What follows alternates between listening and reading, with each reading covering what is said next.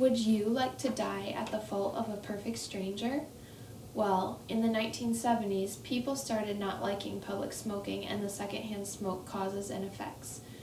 They formed a group, and this group was called Group Against Smoking Pollution. They were trying to seek legislation, and it started out in California. So there were many members in California. They were trying to protect non-smokers from health hazards due to secondhand smoke. They tried to pass a statewide law, and after 2 unsuccessful attempts, they changed their name in 1988 to Americans for Non-Smokers' Rights. More nationwide followers were gained, and they gained 4,523 laws on smoking restrictions in public places. 41 states in the U.S. started to follow along with Americans for Non-Smokers' Rights, and there was 100% no smoking in public in 41 states. So the need for non-smoking restrictions are because there's 53,800 people who die per year from secondhand smoke. With infants, the SIDS rate, when infants suddenly die, is 2,300 deaths per year, and many is due to secondhand smoke in the home. Also, lung cancer, there are 3,000 deaths per year, and this is most likely due to secondhand smoke. The heart disease is 48,500 deaths per year due to secondhand smoke as well. So there is a great need for non-smoking in public places and in the home and cars when children and infants are in the car or homes, or other people who are not smokers are around.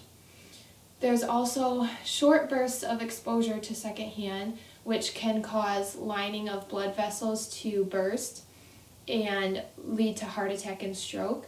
Also, there are carcinogens in the air when you're around secondhand smoke, so this could lead to lung cancer as well in people who are just around secondhand smoke. They don't even have to smoke it themselves.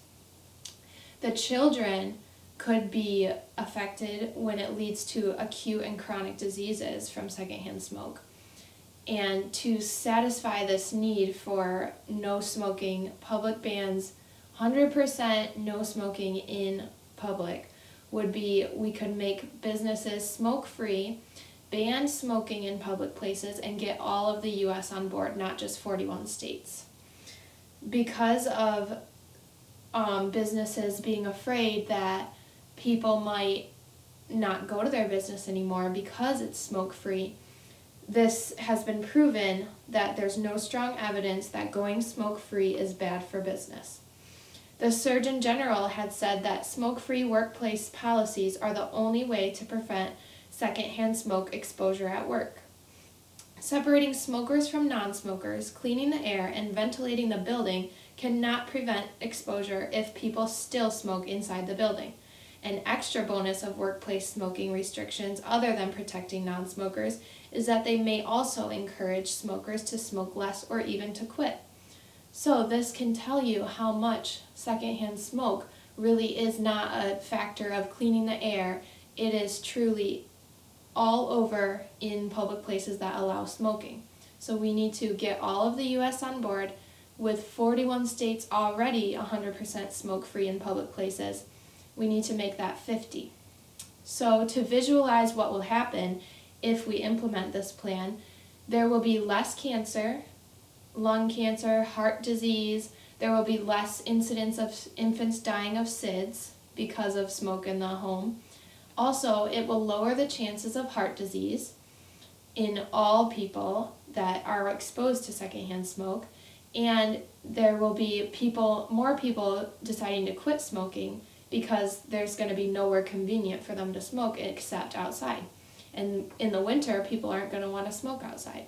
So there will be more chances of people quitting smoking, which in turn helps their health and everyone around them's health because of the secondhand smoke exposure being very cancerous and hurtful to their immune system and damaging their organs.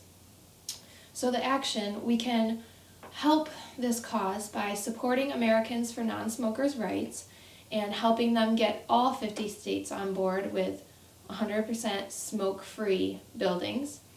And if you are a smoker, you can make your house and car smoke-free when children are in it or other people that do not smoke are in it, so that they're not susceptible to the secondhand smoke that you emit.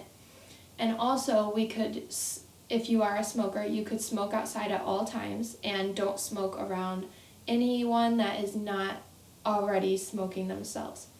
There's also another type of smoke besides secondhand. It's called third-hand smoke, and the Surgeon General suggests that particles that settle out from tobacco smoke have been shown to combine with gases in the air to form cancer-causing carcinogens and compounds that settle into surfaces. For instance, NNK and PAHs are carcinogens that are known to cause lung cancer that have been found in dust samples taken from the house of smokers. So research has shown that third-hand smoke can damage human DNA and cell cultures and impact blood clotting in lab animals. This is another type of smoke that we need to get out of our public places and homes and cars when we are around other people who do not smoke, so that they're not susceptible to secondhand smoke or third-hand smoke. This is going to better the world by omitting lung cancer and heart disease and SIDS in infants, and we are going to be a healthier nation.